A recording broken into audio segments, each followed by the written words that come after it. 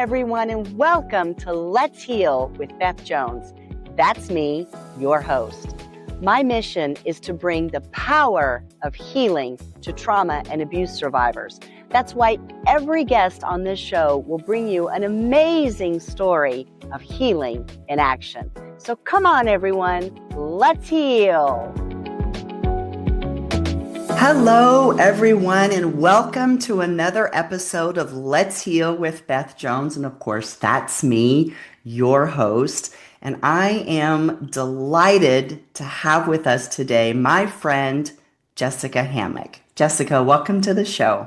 Thanks. I'm so excited to be here. Yeah, we're going to have a great conversation today. I know, because you do something that I'm very passionate about, and that is the real work to help people to heal. We'll get to that in just a little bit. But before we start, would you please tell our audience whatever it is that you would like them to know about you?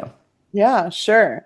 I think people always want to know, how do you know about this topic and what do you know? The writing on the wall says that I'm a licensed trauma specialist and clinically trained to do trauma work with individuals. I have a background in education. I've been 20 years in a school system doing everything from teacher to assistant principal, but I currently am the director of behavioral and mental health for a large charter school system in Texas. So I oversee 100 campuses and 25,000 kids and do all things related to teaching and training and educating our educators on mental health and trauma and crisis in the classroom, to managing and supporting from a consulting standpoint how to respond to this from all aspects for parents, community, students, and so on.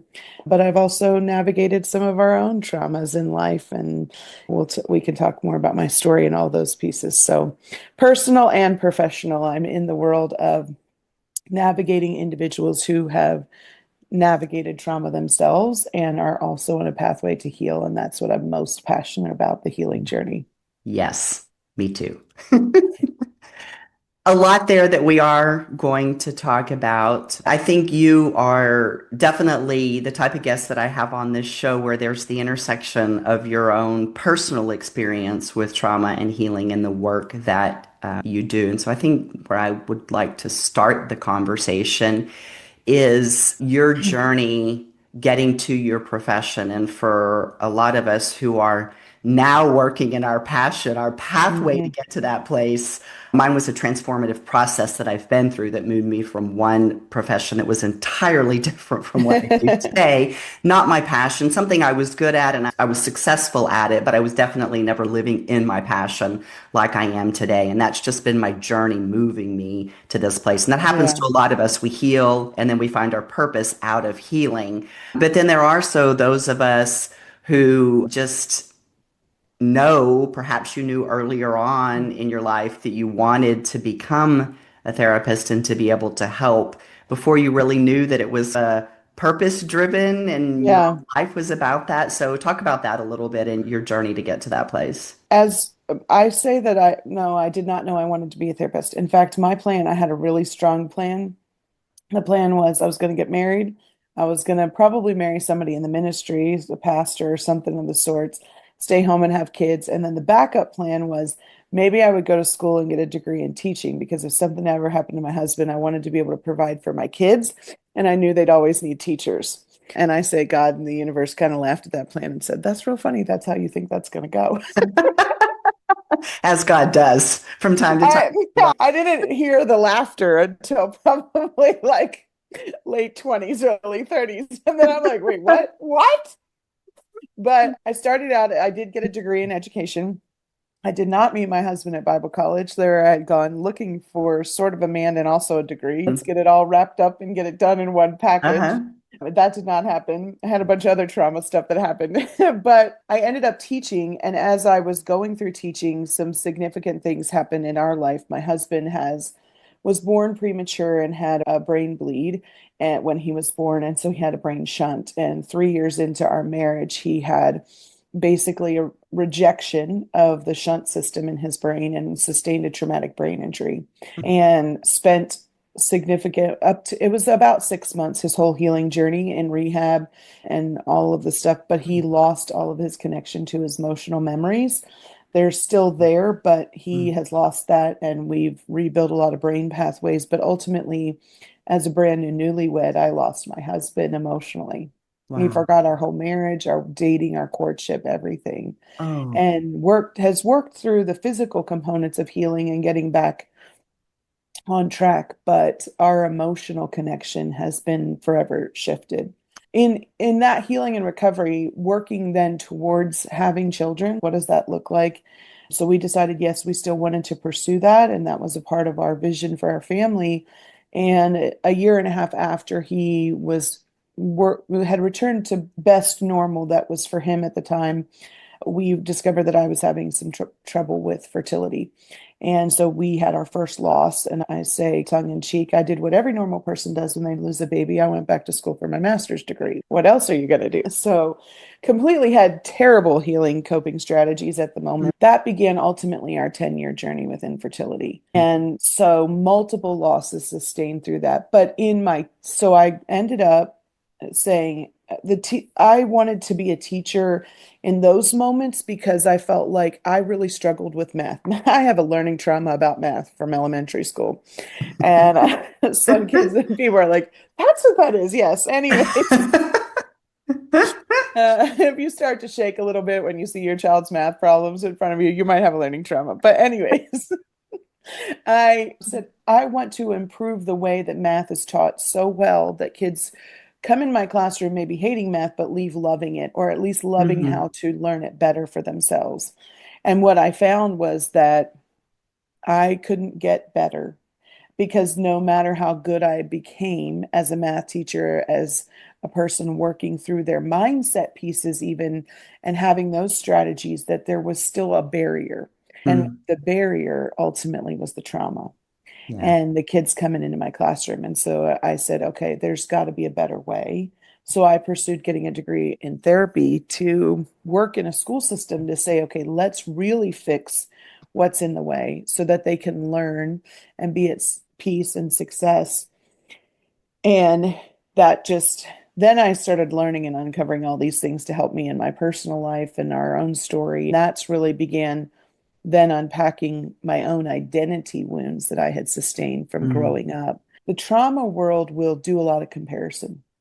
And depending on the generation of individuals who are on their healing journey, I find that boomers and Gen Xers specifically will say, I didn't have it that bad. I wasn't Mm. beat or I wasn't. I had food, I had clothing, I had shelter. It wasn't that bad. But the reality is, I tell people, and this was the most freeing thing for me, is that trauma is an injury that we sustain in our nervous system. Yeah. And the beauty about that is injuries can heal. Now, some injuries are like losing your arm, and some are like getting a scratch. Mm. So it's not fair for us to sit and compare and say, I didn't have it as bad as so and so, because it's your own individual journey navigating that injury. And when you comparatively look at my childhood, was it this traumatic thing? No. But for me, I was the emotional feeler in the family, Yeah. and my family was not. And there was a lot of this friction. So I sustained what I call like a lot of identity trauma about who I Sure. am and how I could show up in the world. And that for me was the thing.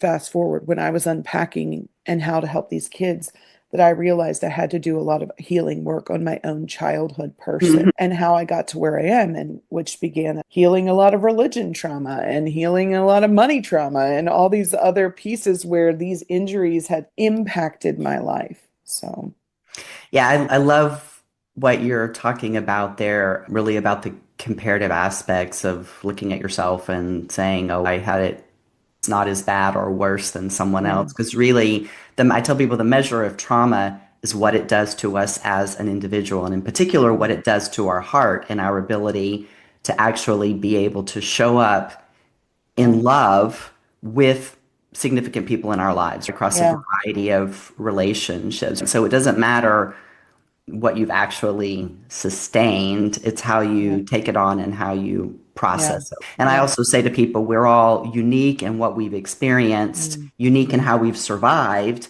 and therefore we have Yeah. our unique pathway to healing. It's different for every single one of us. So I love Yeah. that you said that.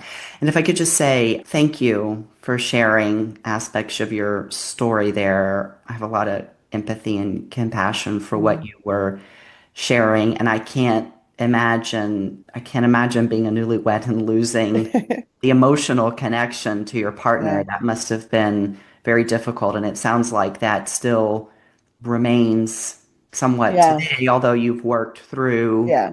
How does that work now between the two of you?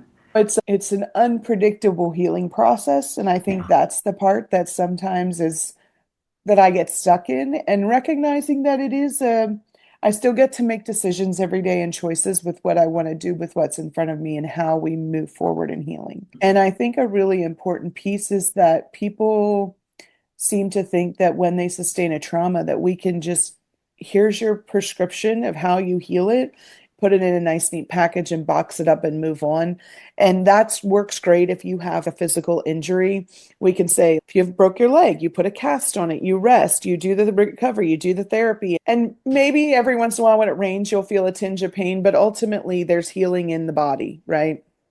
Emotional things don't work in that linear No, pathway. And no. so for us, it's navigating even now that that occurred 15 years ago. So for us now, it's even navigating life changes have brought in a different function of emotional reality and connectivity. And Yeah, it's something we have to work through. And some days are a lot more painful than other days. And what I think the biggest takeaway for me is staying rooted and grounded in what I know to be true for my identity and making decisions that help align me back to this idea of a plumb line of what is the truth of my identity and how do I want to continue to show up even when things feel really unsteady? And where's the boundary line? Where does other support have to come in for sure? What does it look like to navigate through this? What's safe and not safe, and what's healthy and not healthy? All those conversations still continue to occur. Deciding how do I want to continue to stay engaged. And some days are rough and some days are yeah, a lot better. And I think that the thing that has helped me is having a good support system around me and around my husband and people that love us and care for us and ultimately support us in a faith aspect, but also just being really rooted and grounded in one of the things early on that I really uncovered about myself is that I began to question who I was as a person and really navigated a lot of shame and Hmm. thinking like that I was the bad or wrong one, that having to deal with this situation in my life that it was because I did something wrong or I couldn't show up right, or if I fixed myself, then it would resolve.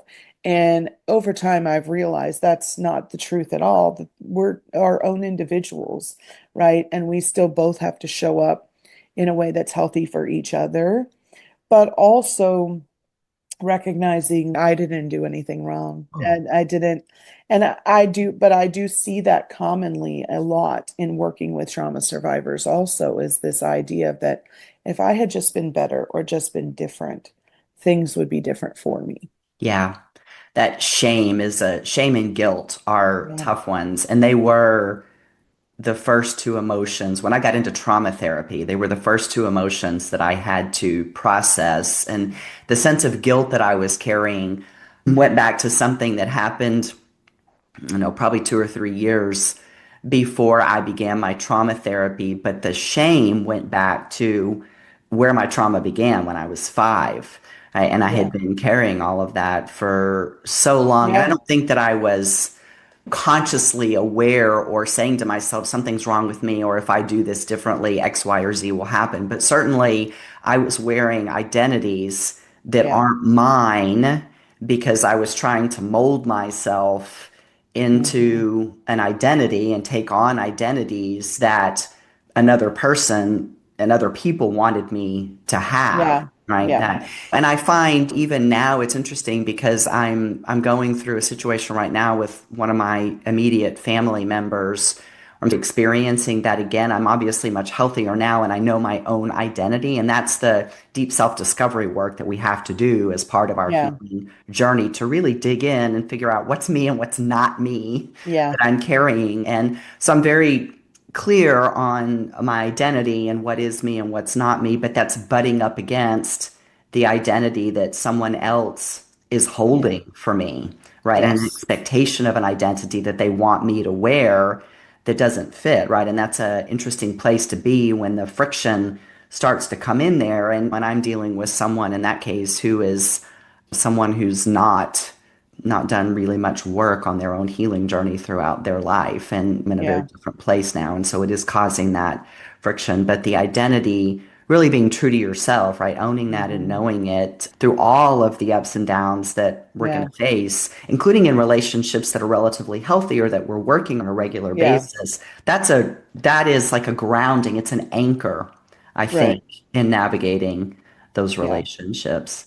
And if I can just say, I just am going back to, I have a visual playing in my mind of the first 2 or 3 years after the brain injury to your husband, because you have your own trauma Yeah. and your own emotional wreckage that you were dealing with from that. But he was also going through the experience and what was happening to him. And I'm sure very confused in Yeah. particular about you and who are you, and maybe there were other people in his family Yeah. that he So, was and having that same experience with, which must have been just terrible to yeah. watch, never mind your own experience you were having. Yeah. Yeah. So initially, part of it was when we initially came through like the Mhm. hospital and the rehab portion, he was in a day rehab program for about 3 months. And the other traumas that were interwoven in that is the school I was teaching at closed.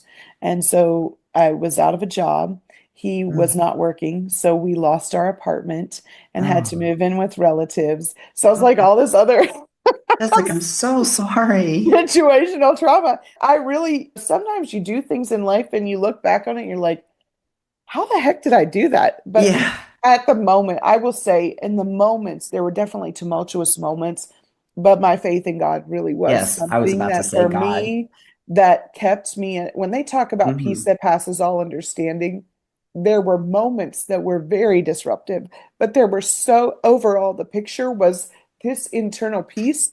It's like standing in the eye of a hurricane. It's going on around you, but internally you don't feel the same way. That's the evidence of what's around you. I have used that exact same analogy, standing in the eye of a hurricane with chaos Yes. swirling all around me, but having this amazing Yeah. calm. I know. I have literally used that exact same analogy. I know what you're talking about. So I think for us, there was parts where he did not ever even remember meeting. So when I say woke up because he was semi-unconscious for about 10 days. So when he woke up, he knew who I was and he knew that we had gotten married, but he did not remember any of the wedding. I don't remember that. He didn't remember our dating. He didn't remember.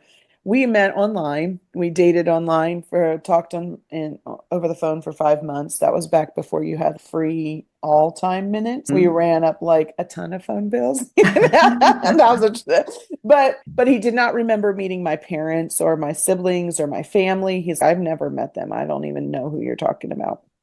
Essentially the memory block or the memory like stuff that he deals with went back about 10 years. So it kicked him with a lot of I memories and see. different things, almost back to late high school I graduation-ish see. area. Hmm. And so for a long time afterwards, he would say that, and it just used to bother me so much. I don't remember our wedding. I don't remember that. I don't remember that. And then we'd randomly be talking. He'd say something. I'm like, you remember it. It's there. And the best analogy I've used is if anybody's ever watched the movie Inside Out, in there, there's a scene where all the memory marbles fall off the walls of the brain, so to speak, and they're just all over. And these little guys come through and they just start shoving marbles back on the shelves. And essentially, his marbles are still in there. His memories are still in there, but they have been refiled, and the emotional pathways to get them is gone. And so, in order for him to access any memories from that 10-year slot, it has to be like a spontaneous interaction where it just comes up, or he has to like a random, I won't say trigger, but a random activation, but you cannot ask him a question about it directly and have him direct recall it. And so it did get to the point where we ultimately had some friends that came along and supported us, and we renewed our vows because I Mm, got tired of him saying, I don't beautiful. remember. So I'm like, Oh, fine, we will just remove this excuse. that's amazing. Um, That's beautiful. so recreating some things has helped. But yeah, but I think the trauma part for me was watching him go through that and feeling so helpless.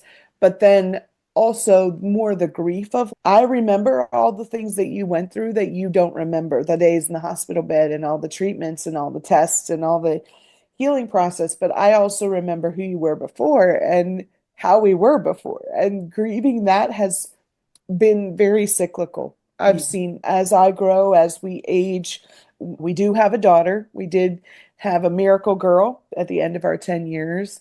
And so just seeing different things, even in parenting her, and versions of us as we work through new levels of healing, having a child and all the ups and Mm, downs that adds. And just navigating all those new pieces. There's versions of him that show up. And I think for us navigating that, we are both so different than we once were in a yeah. variety of ways. Yeah. And the with the brain injury, some of the harder parts are like, let's fix it, but the way to fix it is like to go back to before the injury. And I having that conversation, I don't want to go back to who I was before Yeah. that. I'm a completely different person. I've healed in so many other ways, and also I have a whole lot more knowledge now. I can't function Yes. as that person did before. Yeah, it's definitely been a long journey. Yeah. But it sounds like a beautiful journey and definitely one that God's hands are all over. Yes, I just, when you were talking about your daughter, and congratulations thank on you. daughter, but 10 years to get there, which just, I think to some people that might feel like just insult to injury Yeah, after what you had already been experiencing or were going through in yeah. your marriage and with your husband. But I can't help be reminded that God's timing is perfect. And Oh, so yeah. perhaps any time before those 10 years had passed wouldn't have been the right time for Yeah. a child to enter your lives. And there was so much, I have actually learned even so much more since then about trauma to time, Mm, trauma to land, and trauma to the bonds that we have to different components in our life. But God was really gave us a really powerful testimony. We have lost multiple children in this journey. mm. And interestingly enough, all of them seem to have been lost in January. But God is a great God at giving you a great testimony. And Yes. so our daughter, Hope Elizabeth, was born in January. Oh, So I really feel like she was born 10 years to the month from our first loss. And wow. so just such a beautiful redemption of, Yes. of the whole story. And I had such a blessing and such a fabulous pregnancy with her. And I told the Lord at one point in the journey, like, I had such pain from all the losses and the treatments and all the things. And we had a loss the year before. And then I got pregnant naturally. That was part of our story. That was a miracle too. Wow. But I told the Lord, I said, look, I said, either we're going to do this or we're not. I'm not playing games anymore. I'm done. So either you're going to see this promise the whole way through to completion, Mm, or this is a false positive and false information, and we're going to continue on because my heart is not ready for anything else. And I feel like he had such great mercy on me in those mm. moments. We Yeah. actually, interestingly enough, as part of telling my story, one of the pieces that's just really stuck out to me was how mad I got, I think, towards the end of that part of my journey because I had dealt with all these emotions all throughout it. But we had visited a Messianic synagogue for a service, Mm. for a Shabbat service, and they were singing that song, The Blessing. And they got to the part that says, May his favor be upon you for 1,000 generations. And I really literally shook my fist at him in the middle of church and was like, hey, wait a minute, this is not fair. If this is your promise, how can you promise me 1,000 generations when I don't have one? Yeah. I'm like, this is not cool. And I think that was the moment where I was the most honest with him about my anger. But the other piece of that in the identity work that I was doing in healing was I wanted a baby on my terms and my conditions. Ah. And God's real good at saying those terms and conditions are not applying to this That, situation. that's a problem usually. And a lot of it was that I didn't want a little girl. And part of that was I believed that because of how I had sustained my own identity through childhood and adulthood and all the things that I'd gone through, that I didn't want to set up a little girl to mess her up and not be equipped to help her not feel those difficulties. And God very lovingly said to me one day in my very tumultuous conversation with him, he said, it's not about the sex of the child that I choose for you. It's about the fact that I have equipped you with knowledge and information about what identity is supposed to look like. And whoever I give you in the time that I give them to you in, they are going to have to navigate things in the future.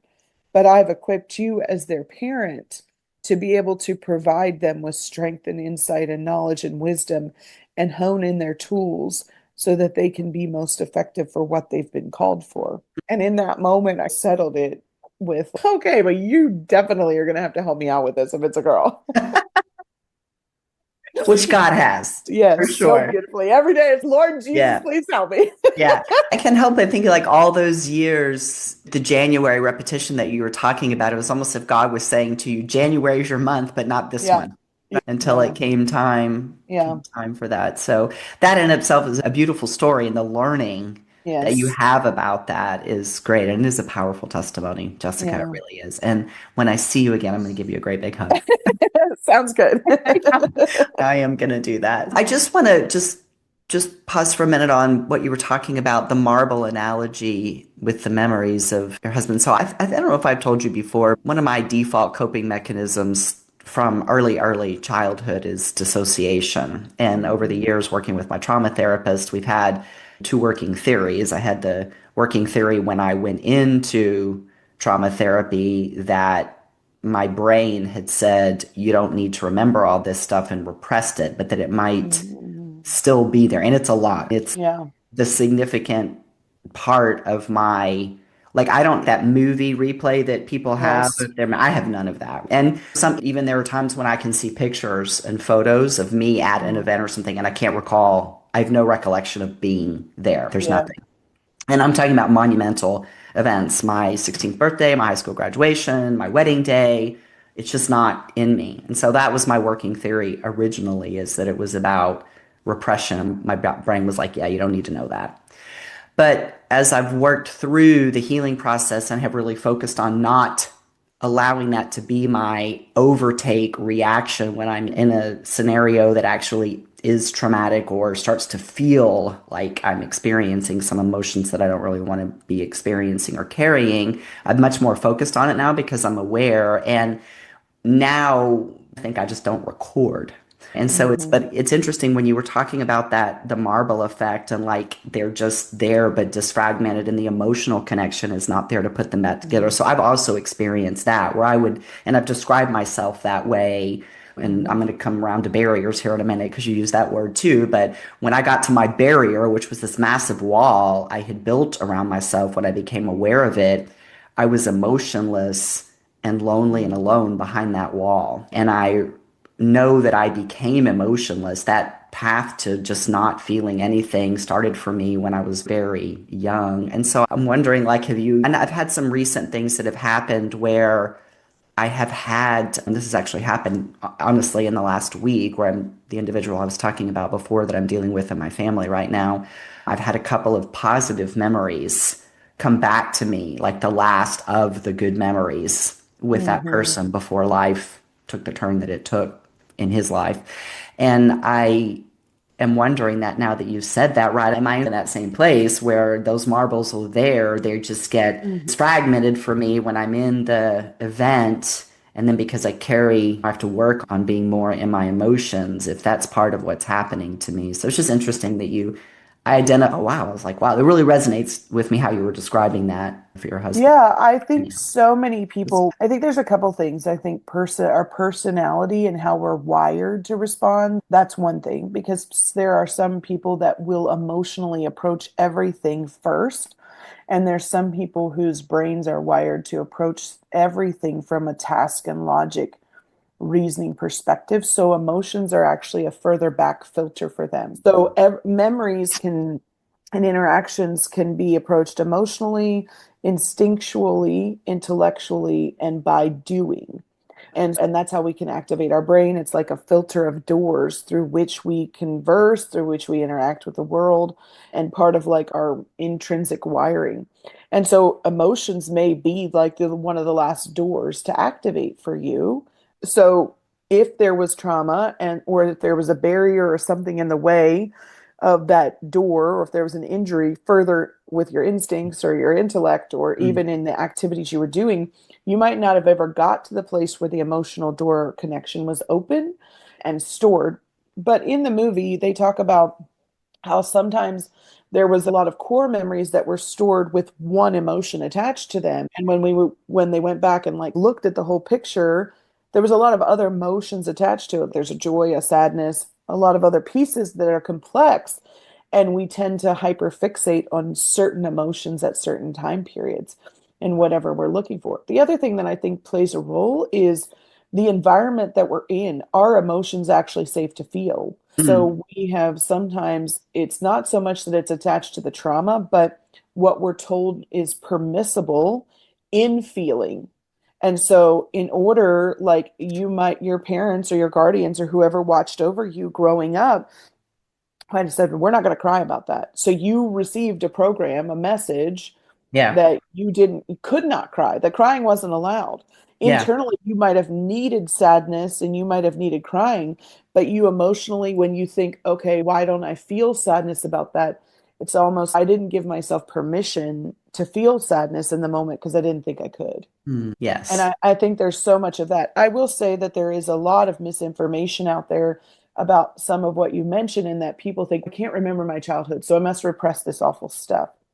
But even people that I find that have had really healthy childhoods still don't necessarily think back to a lot of memories at certain ages. I think there's Yeah.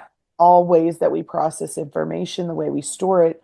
So I would say to your listeners, just because you don't have memories, healthy or unhealthy, Mm. positive or negative, however the words land for you, doesn't mean that there is some hidden trauma that you don't know about. Yeah.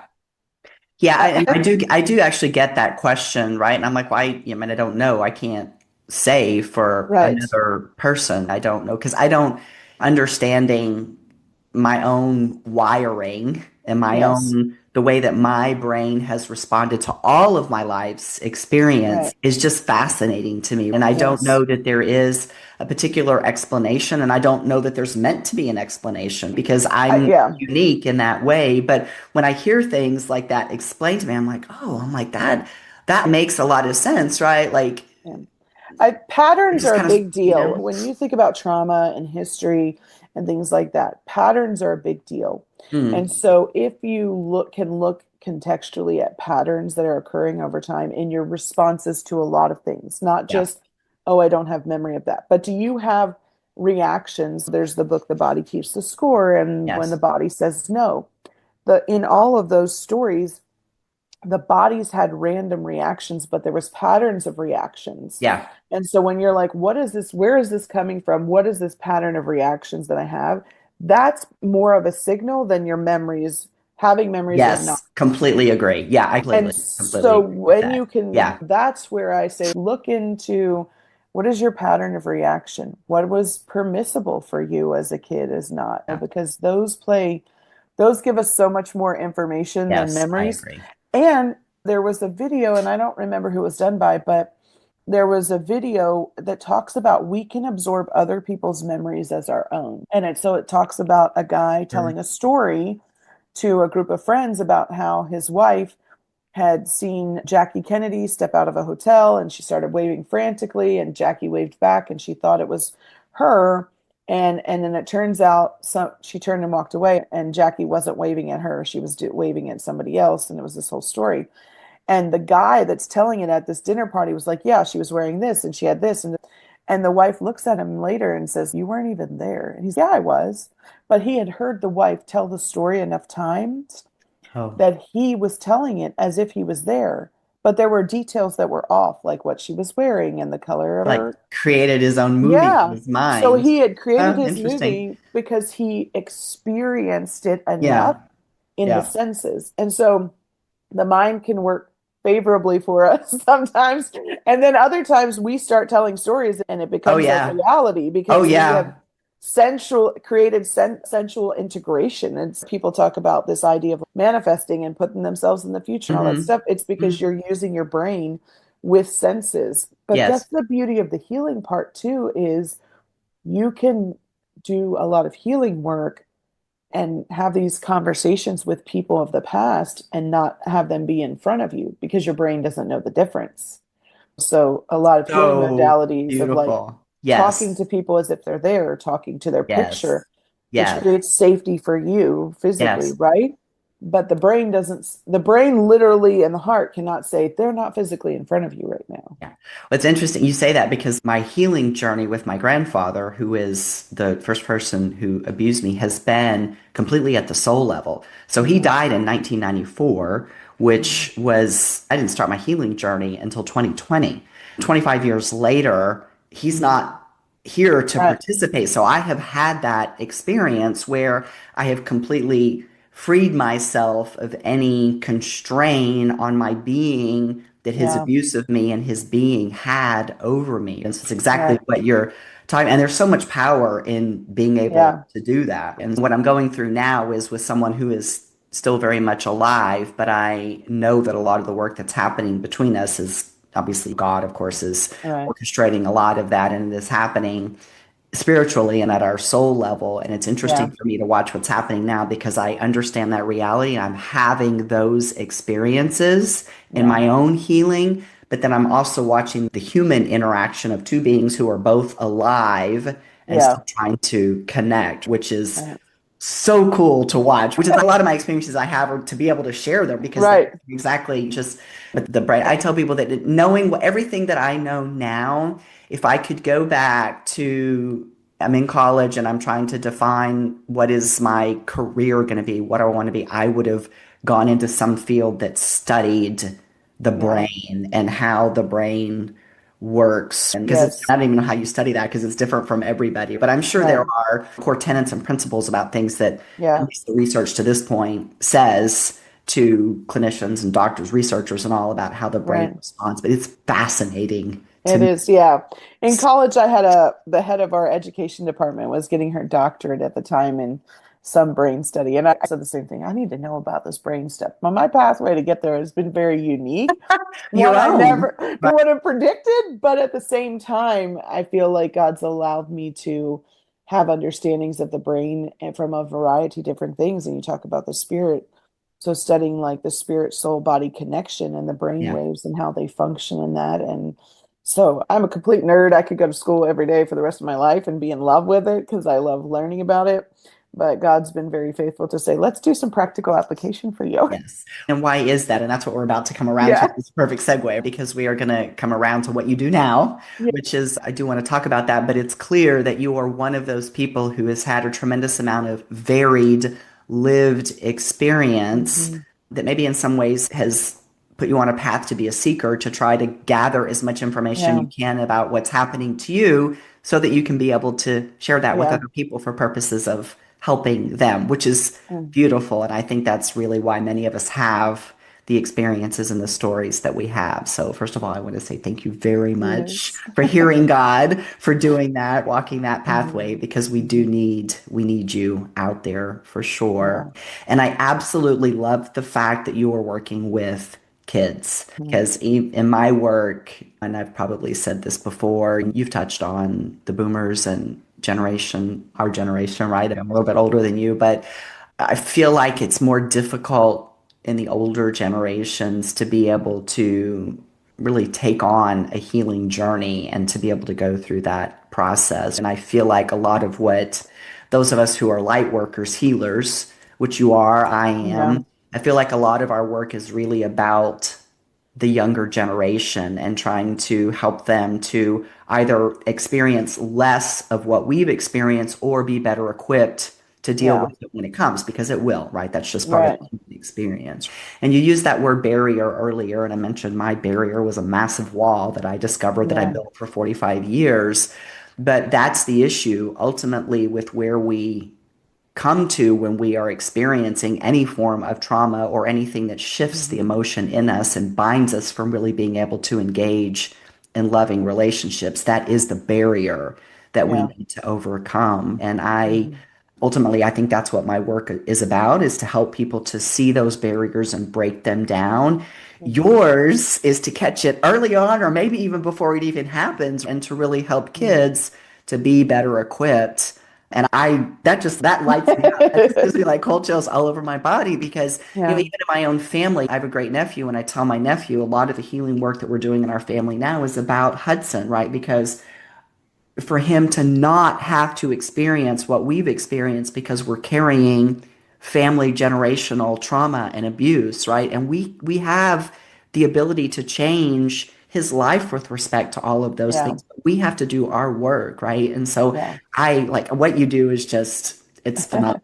Yeah. I love it. So thank you very much. And I Yeah. would love Thank for you. you to talk about more what you're doing with kids and Yeah.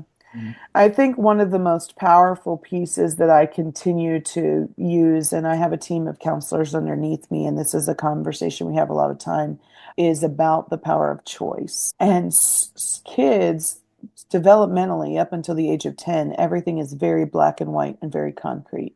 So that is where a lot of individuals sustain childhood trauma and belief systems that are unhealthy, because their brain doesn't have the ability to reason away or reframe what is happening to them, which is why a lot of people believe their parents got divorced and the last fight was about the child cleaning their room. They're like, if I would have cleaned my room, my parents wouldn't have gotten divorced. That's how the brain works. But when they get to be 20, they're like, yeah, my parents were like screwed up. They had a lot of issues. They needed to get a divorce. It was unhealthy, blah, blah, blah, all this stuff.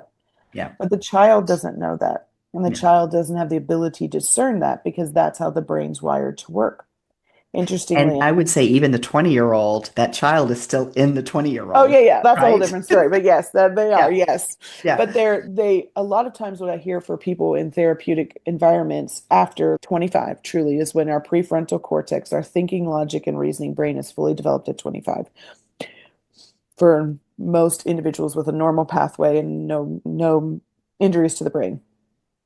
But most people will be like, I know that they're like, that's not how they meant to be, or they I know now, like they try to logic and reasoning their way out of healing. But Mm. as children, they don't have that capacity. They don't even think in that direction, that there might be an alternative reason why somebody is acting that way, until about 10 or 11, when the prefrontal cortex starts to really engage.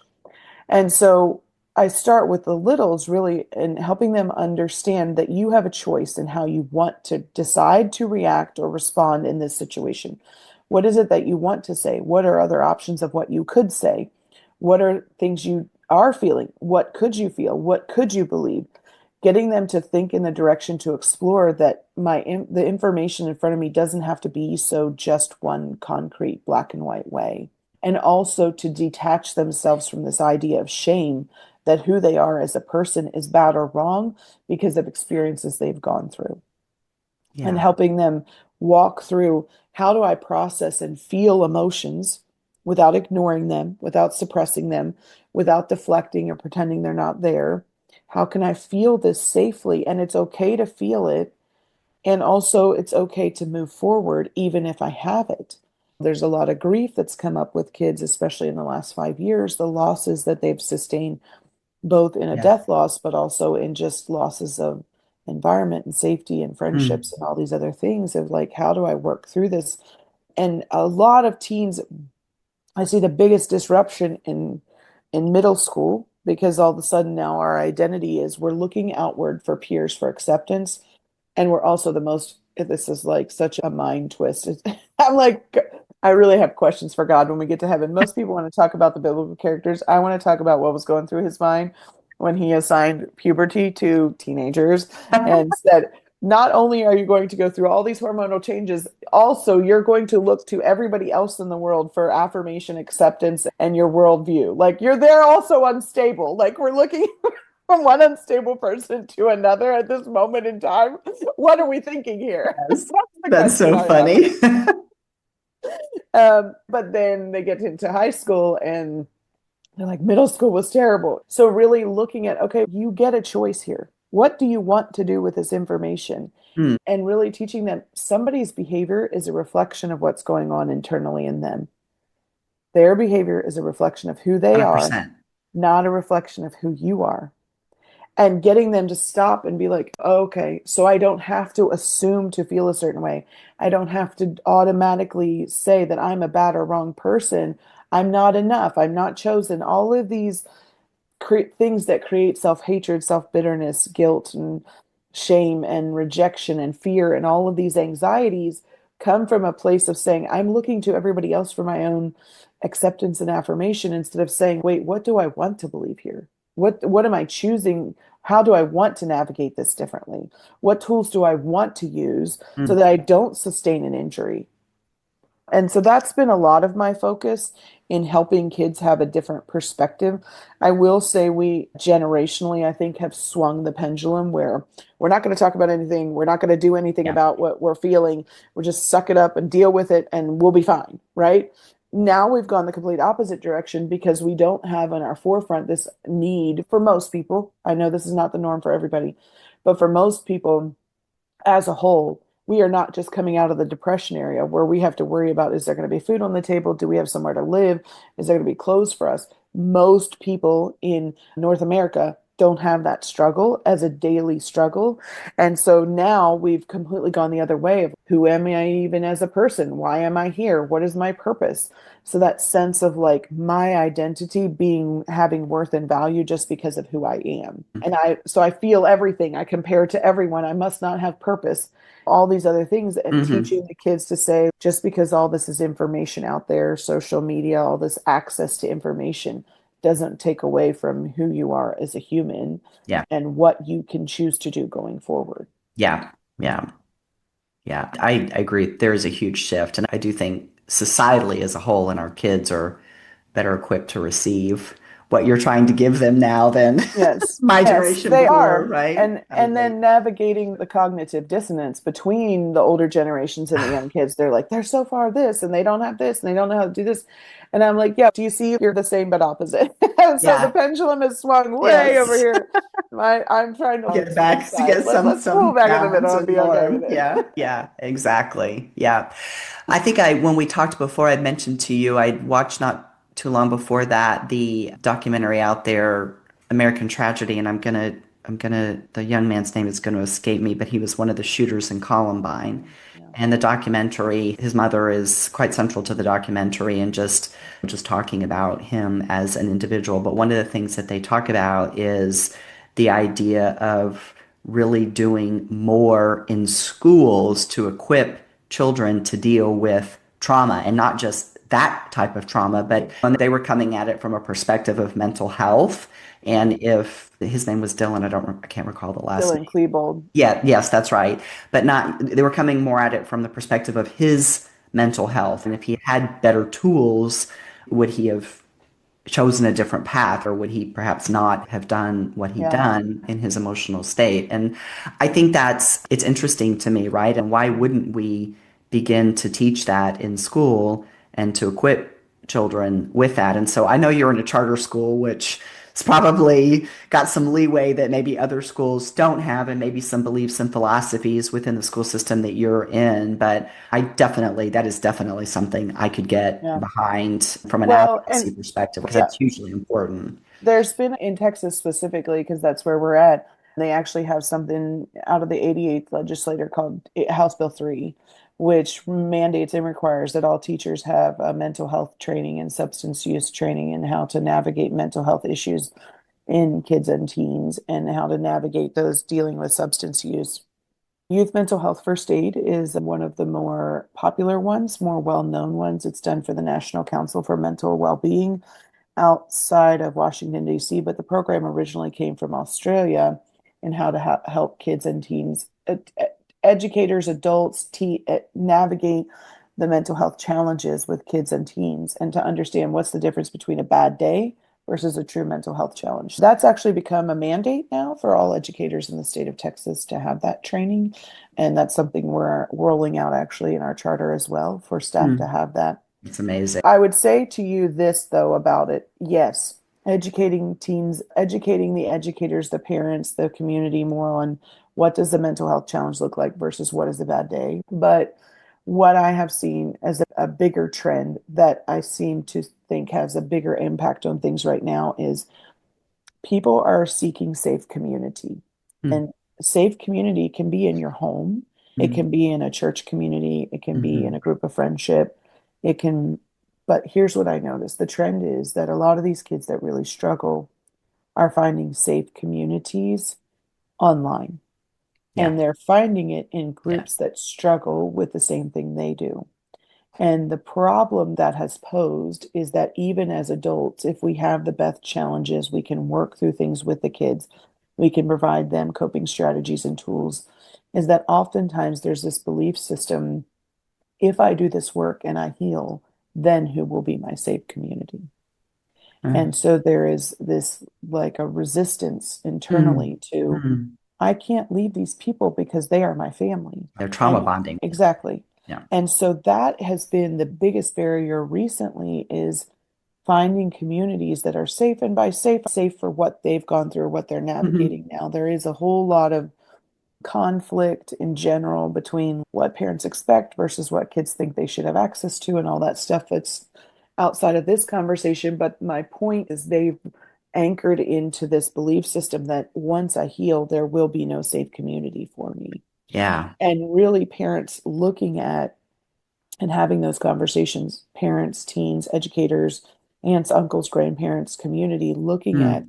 how can we create a narrative, a story that shows the truth that safe communities are available in other places besides just a community that you found online of individuals also going through Yeah. anxiety, grief, Yeah. depression, suicidal ideation, all these other things. Because there is that reality for us as adults, we can apply that rationale.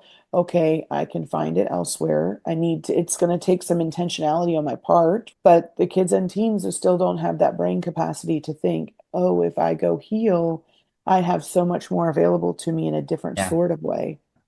Yeah, it's interesting because I'm thinking about support groups, right? Because they're Mhm. vital to us in our Yes. healing. But the ones that have been powerful for me, one of the things that's really important about it is that you're with people who have had your similar experiences because there's a unique Yes. level of understanding that is there when you've been through the same types of experiences, right? Mhm. But what's really important in an effective support group is it's also collectively doing the work, right? There is at Yes. least someone, maybe multiple people who are taking a leadership role to do the work Mhm. to use it from a healing perspective, right? Yeah. Where you're all moving together to heal. And it sounds like that's probably what's missing. And that's again, because it's Yeah. just kids who just don't know that's an element that needs to be there, right? Right. Yeah. So yeah, that's So interesting. that's one of the things that we work on a lot. Yeah.